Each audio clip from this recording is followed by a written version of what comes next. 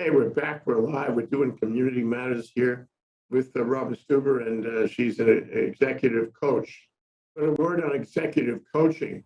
You know, we need executives in this town. We need to manage our business and sector. So many different kinds of businesses. But one thing is clear: you have to have somebody running it. You have to have management, and we need to have qualified management who have vision, who can see into the future, who can, put the components of the business together and make it sing and make it compete with mainland businesses and make it serve us and stay in business. We've had a lot of experience with that over the past year, I think.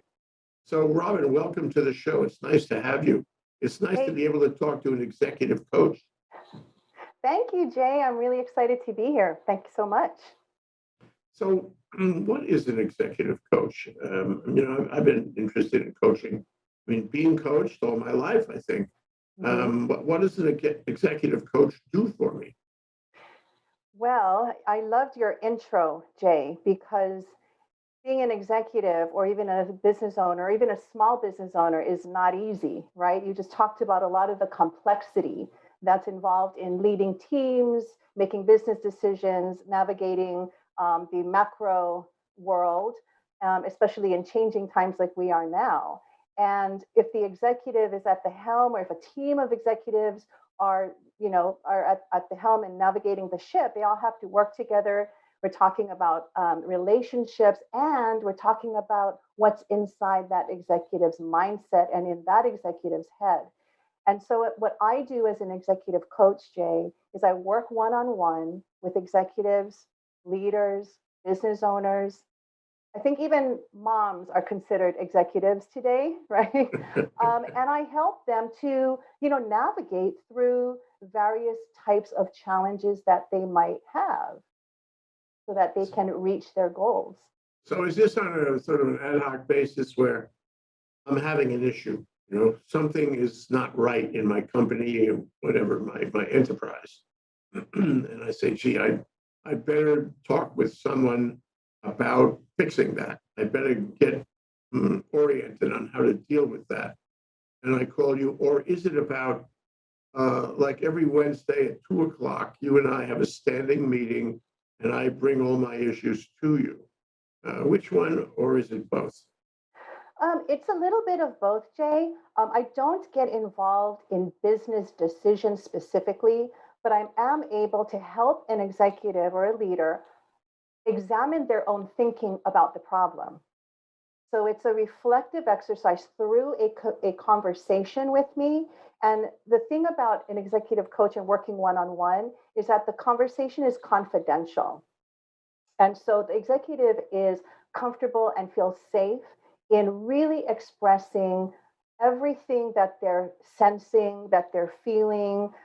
Maybe there are competing decision or choices that they need to make, and it's a very tough call. Maybe they're needing to make difficult decisions that are going to impact other people, and they're concerned about the relationship dynamic, things like that. And so it's a confidential conversation where an executive can feel safe in really expressing themselves and listening to their own voice as they think through it. And as the coach, I'm listening very carefully to what they're saying and trying to identify some of the deeper things that might be in existence that I can call out through questions. If I had to guess, I'd guess that the most challenging aspects of being an executive are around human resources and around financial challenges, especially in the time of COVID.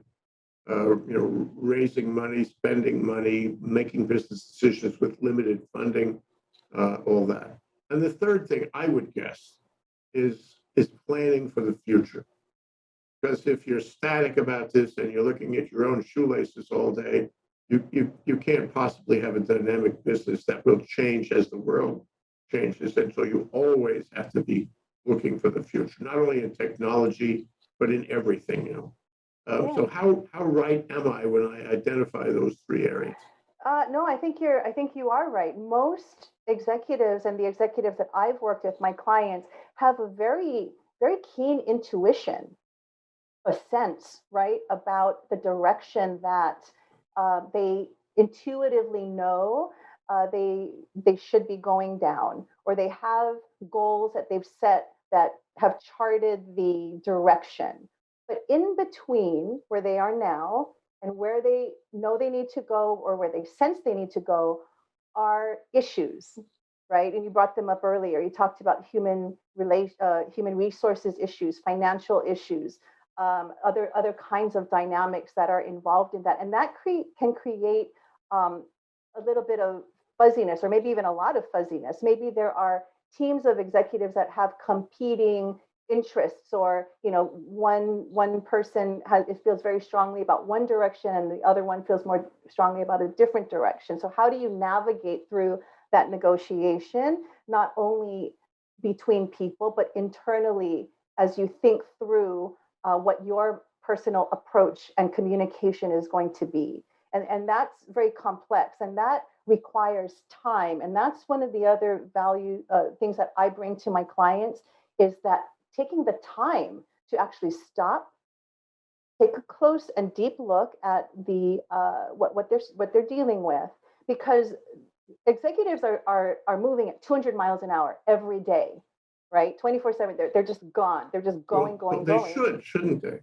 They should, but this time of reflection and closer analysis of what they're thinking is really vital. Because if you think about when you skip a stone across the water, right, it might get to where it's going, but it you're not you may have chosen a path that wasn't the best path.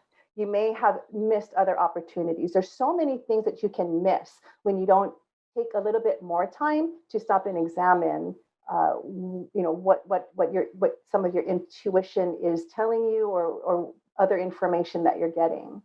Well, it really opens the question of whether every executive, let's assume we're talking about a qualified executive who understands his role, the buck stops here kind of executive. And he's moving at 200 miles an hour, or she, and one has certain goals and aspirations on. Does that executive need, I would say that executive needs to have a sounding board. But some people they're internal, they're inner directed, and they can do their own sounding board. I mean, I suppose those are the people I admire most, that it's all self-contained. Do they still need an executive coach? Does every executive, Robin, need an executive coach? Well, Jay, one thing that I like to say, and it's not mine, I won't take credit for it, but you can't read the label from inside the bottle. So while some people may appear to have a great command over their decisions, and from the outside they appear to just like a swan, right, glide gently on the water, and everything works out. Underneath, inside, what are they truly struggling with? And that's something that we don't see. And so We're not supposed to see that. well, We're that's true. supposed to see the swan.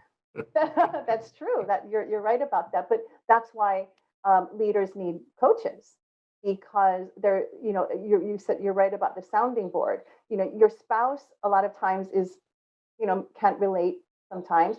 A coworker may not be the appropriate person. You may have mentors, but is a mentor going to be dedicated to meet with you once a week for an hour and have the coaching skills to listen in the way that coaches are trained to? And then of course with certified coaches, like I am, with the International Coach Federation, we have a code of ethics that we also adhere to in the coaching industry as a whole. So coaching as a profession is a real profession. I know the word coach is sometimes, it's very vague and big, but in the world of executive coaching, leadership coaching, it's a true profession, and we conduct ourselves that way.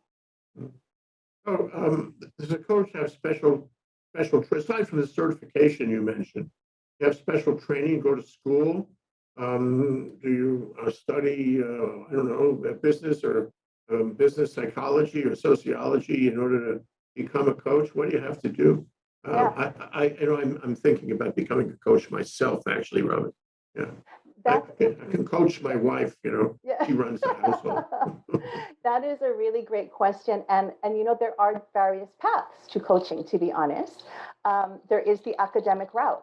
You've got Harvard, and a lot of the big colleges and their business schools have many times a coaching track that you can go down academically, and it may involve psychology. And these days, coaching is really amazingly research based. Uh, Positive psychology, performance psychology, neuroscience, cognitive behavior, all of that stuff is all wrapped up into coaching. The other path, which I took, is more experience. So I have over 30 years of business experience in leadership roles. Sales was my profession. Um, I've worked under great executives and I've worked under poor executives. But my route came at a time where I worked for a large international company. I was the Hawaii representative here. And when they dropped dropped the headcount for Hawaii, I thought, well, what can I be doing to bring on a new skill as I look to transition? And so I thought, coaching sounds like it would be a great skill to have in any organization as either as a leader myself, or I just thought it would be something really a good skill to learn. But what I found was my calling. Who knew? Who knew? And so I actually started my practice around this time last year as COVID hit, and I've never looked back. I have my business has grown. I've really found I feel like a fish in water. I love my clients, and I'm living my passion as an That's executive. great. It's great to be able to do that. So that's a year ago. Is in COVID. Does that mean you deal with them on Zoom or WebEx, or you have physical meetings with them, or both? I mean, how has COVID affected your involvement? Yeah, that's another good question. Um, I had gone through my coach training. So again, to your last question, yes, definitely training is involved as a coach, especially if you are going to get credentialed through some of the larger internationally known organizations.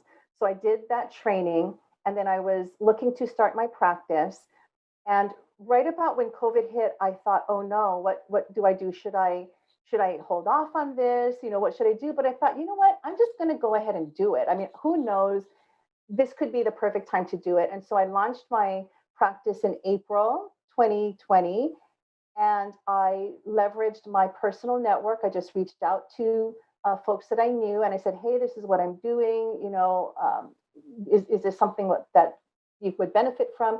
And I immediately, in the first month, got 12 clients as COVID hit.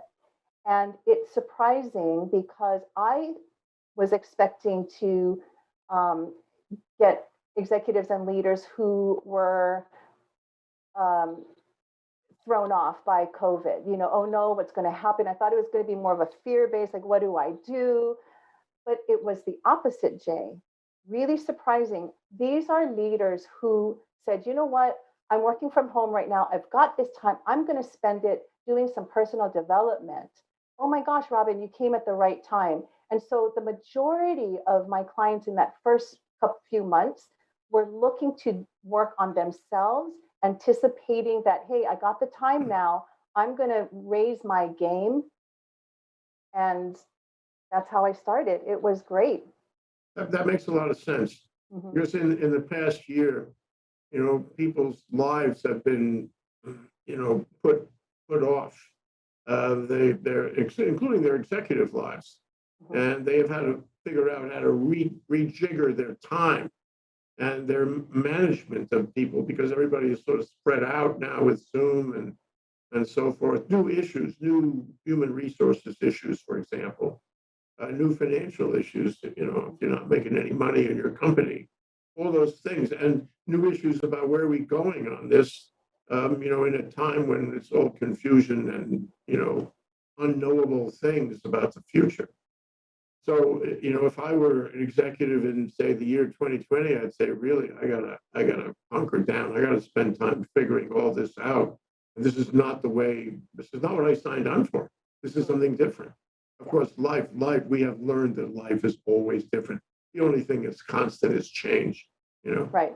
So the other thing I was going to ask you is to distinguish for me, if you would, the experience that one has in being an executive coach and being an old-fashioned psychologist. I have known in this town psychologists who only helped business people, Mhm. largely business people who were executives. And remarkable how executives who look like the swan, in charge of everything, always able to handle everything. They needed help. They needed somebody to talk to, and the psychologist filled the need. So how close or far is executive coaching from that, from Mhm. the psychology model? And Yeah. if you had two possibilities, which one would you choose for what person in what circumstance? Hmm. Yeah. Now, I just want to say that I'm not a psychologist. I don't have that training. I'm not familiar with their environment and how they work. But I can say that psychology, more traditional psychology, is geared toward like making a diagnosis of some kind.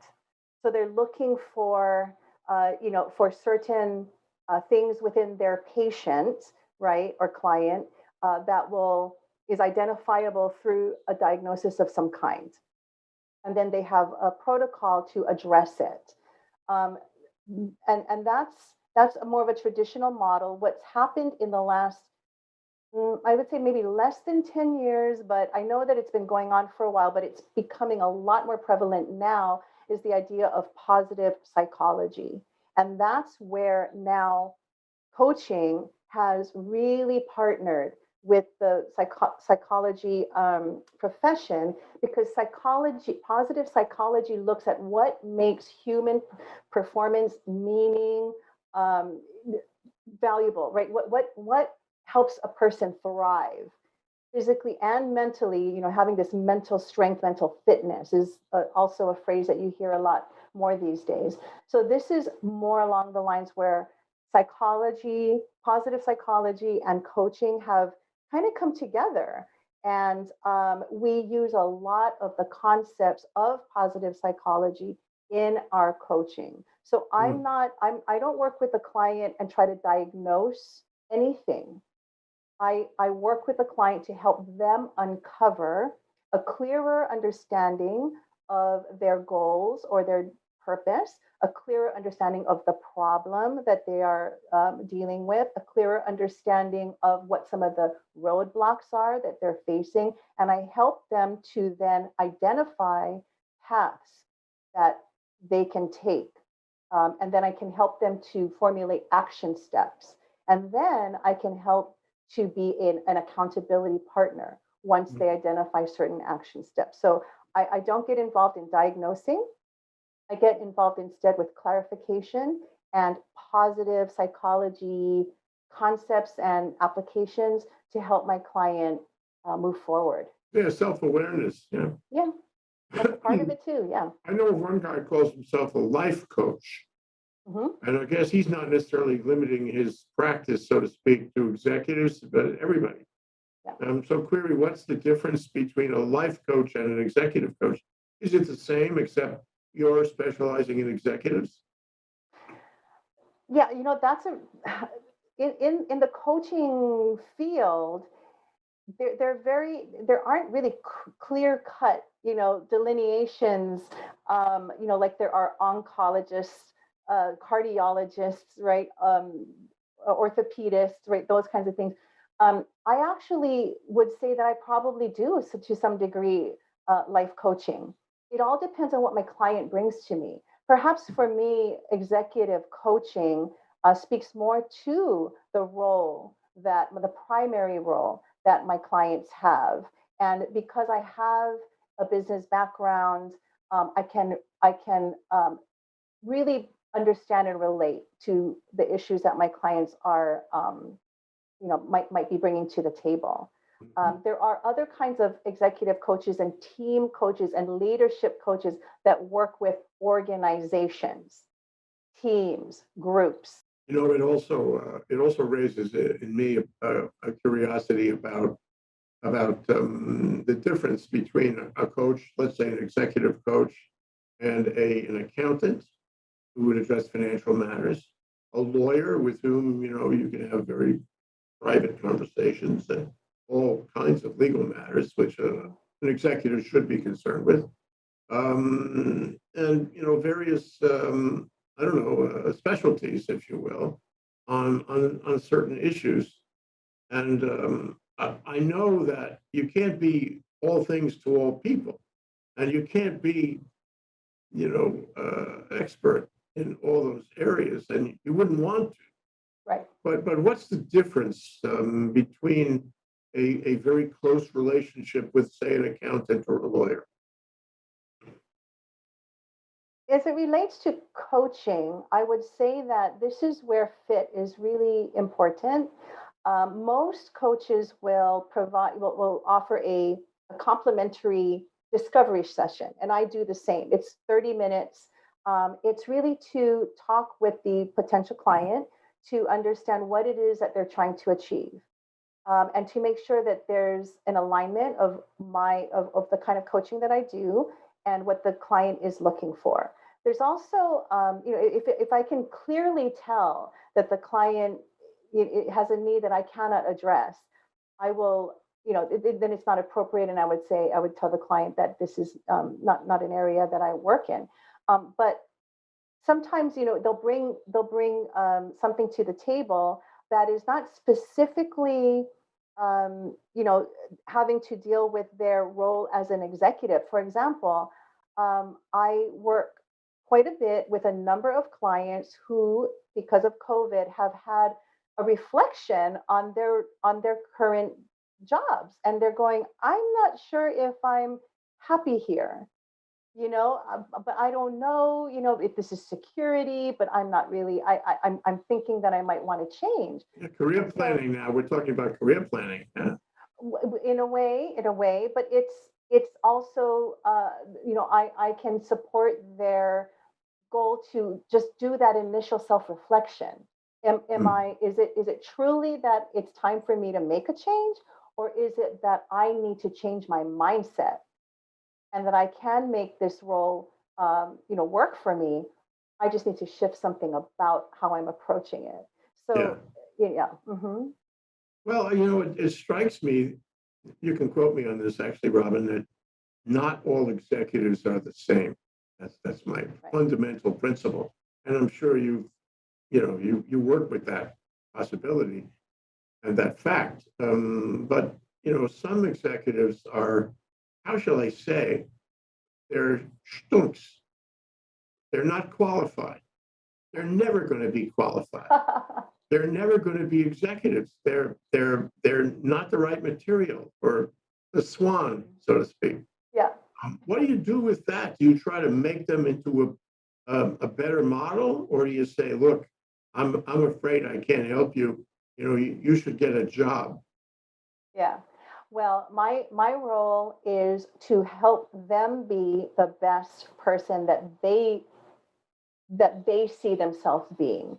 One of my, I have great clients, and I have a handful of clients who are searching for or are striving for higher roles, C-level roles. For they're at the top level of their senior executive level, and they want to go for C-level.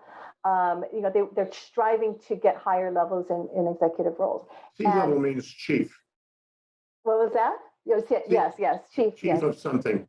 Chief Yes. executive, chief financial, chief Yes. operator, all that. Okay. Right, exactly. And they want to develop that executive presence. They want to develop that strategic mindset.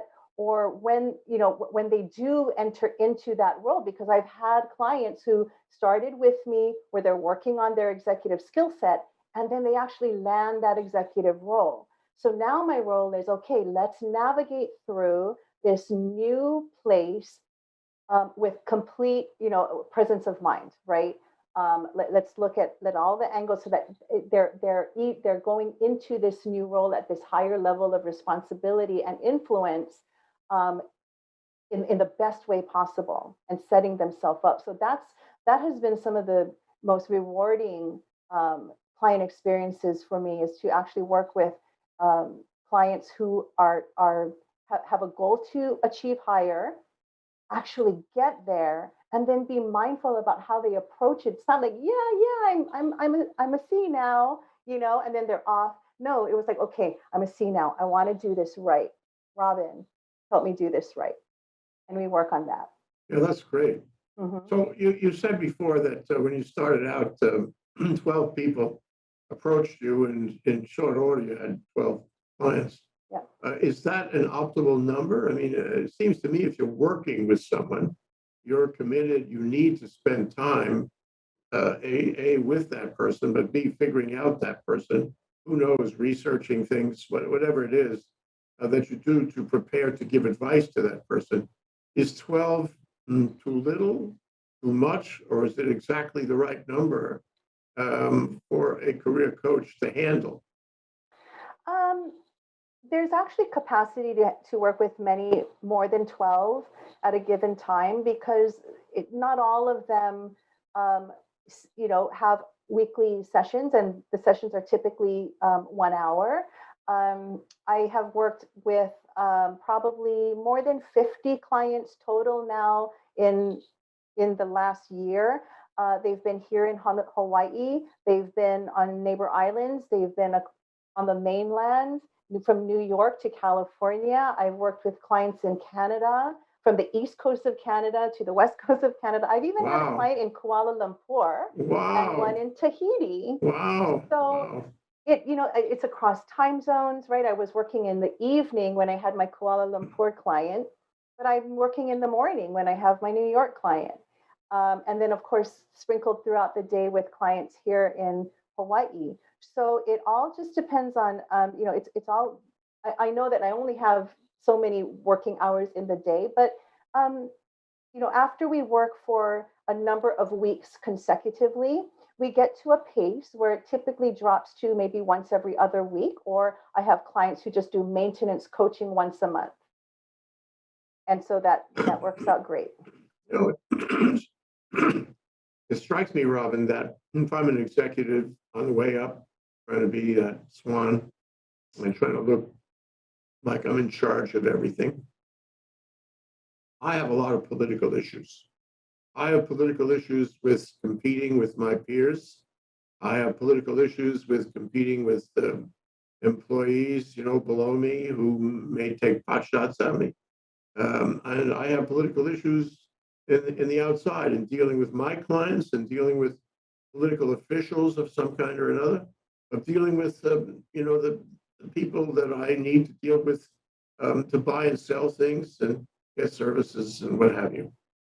So my job in navigating my career, if you will, it's your term, is to deal with political situations, some of which are potentially unpleasant, some of which are potentially fraught with risk and danger, because they love nothing more than to see me fail. So is this the kind of thing I can bring to you? Is this the kind of thing you can help me with? How do I deal with a guy who's trying to attack me? How do I deal with an employee who's giving me a headache? How do I deal with a vendor or a supplier or buyer who is who is pathological, and preserve my executive career? Is this the kind of thing I can bring to you? It can definitely be something that we can work on. And the approach in a situation like that, Jay, is to really examine the thoughts that are going through your head when it comes to this particular situation. So, if I'm dealing with a difficult personality, I need to first examine what those thoughts are in my head about that person. And most of the times it's going to be negative, right? well, why? Let's examine that, right? And it's when you come from that place of negativity that you begin to walk on very thin ice, because what we are learning, particularly with some breakthroughs in neuroscience, is that when we go into our left brain, right, our analytical brain, our survival, flight, and flight brain, we are actually changing our physiology, and we're changing how we even look at a situation. We need to kind of learn to build some of our muscles, our mental muscles, to bring more balance into how we think, so that we can expand our way of thinking, and bring in some creativity, bring in some intuition, bring in some empathy, bring in some some of these right brain skills that we have that we typically don't utilize.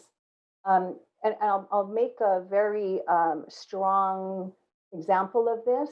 So my husband is a retired rescue firefighter, and he's told me about situations where people have panicked. You're in panic, right? And so when you're in full-on panic, you're in full-on left brain. Your motor skills are changing, your vision is changing, your thinking is changing, and you may completely miss an obvious path to safety because you are so hijacked.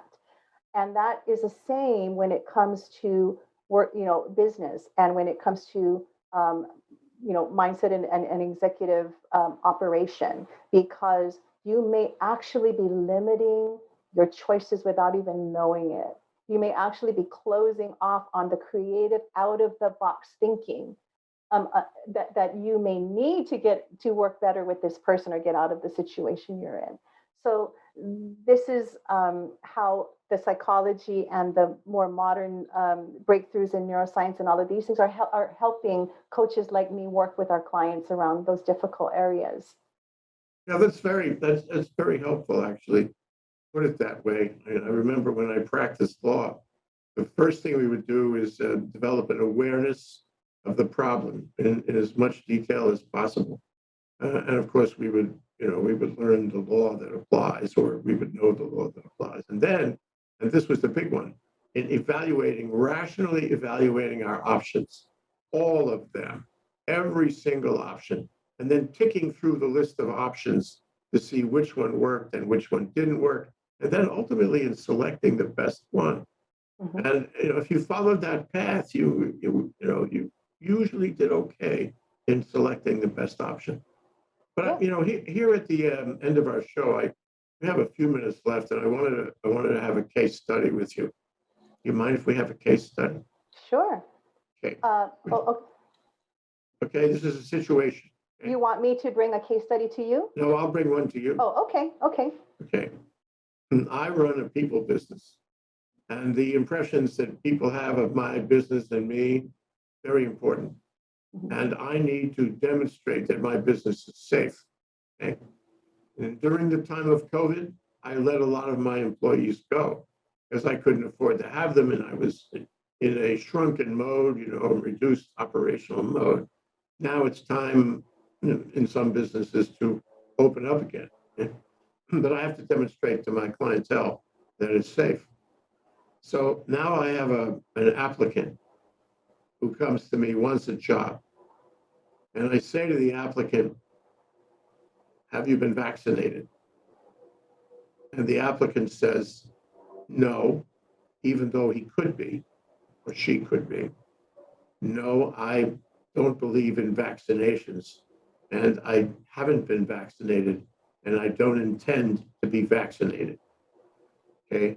What does the executive do with that? Hire, fire, defer, change the subject, have lunch? What do I do? Call my lawyer? What do I do? Well, I mean, what does the executive think is the right choice to make? What do The you think is the executive does not want to hire somebody who is not safe. okay?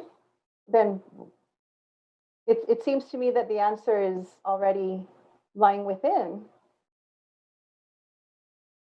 Do I tell do I tell this applicant why I'm not hiring him or her? See, now you're venturing into an area that I'm not qualified to work in. When it comes to HR, rules Yeah, what do you do with me? So here I am, we're talking, and we reach this point, and okay. you realize this is a little bit of a deep water because there are legal implications, for example, HR implications. What do you do? What do you tell me to do about this? So, Jay, what resources do you have that can help you navigate through this decision that it seems you've made? Well, I suppose I could pick up the phone and call a lawyer, or maybe I don't know if they have human resources firms, consultants, human resources consultants, but I think a lawyer would come to mind first because this is really a legal issue Okay. about how to handle it. The funny thing is that human resources often wind up in legal issues, don't they? At the end of the day, human resources is law. So, okay, so I guess what you're doing, I can tell what you're doing. You're finding the answer within the question. You're finding the answer within my existing framework. And you're asking me, well, Jay, have you considered going to a lawyer? Okay, what happens then? I say, yes, Robin, I've thought about it. Is that what I should do? What do you say then? Well, it's another way to look at it is what is it that you're struggling with, Jay? What is the struggle that you're dealing with? Well, I think I believe that I need to be safe in my business. I Okay. cannot have someone who is at risk exposing my business. So I'm not willing to take that risk, even though these days it's hard to find staff because everybody's looking to restaff their companies here in Hawaii and elsewhere. But on balance, my choice would be, my rational choice would be, I do not want this person in my business. This is too much of a risk. And I guess what you're saying, what kind of a risk is that, Jay? And I would have to answer you. It's an operational risk. I cannot afford that people should consider my business dangerous. I want to bring them back by selling the idea that my business is safe. It's a people business. And then you ask me, well, what then? What then are you concerned? Why don't you just tell this person that you're not hiring him because he is, not safe? Period. And then I guess I should be asking myself the question of, well, can I do that legally, or am I going to run into some protected classification, which makes it a violation of his rights for me to refuse to hire him on the basis of, is it healthcare status? Maybe it's healthcare status. Who knows? And am I justified in doing that? So you're going to say, you better call the lawyer. That's the Well, executive thing to do. well, my coaching is less to do with process than it is to do with finding the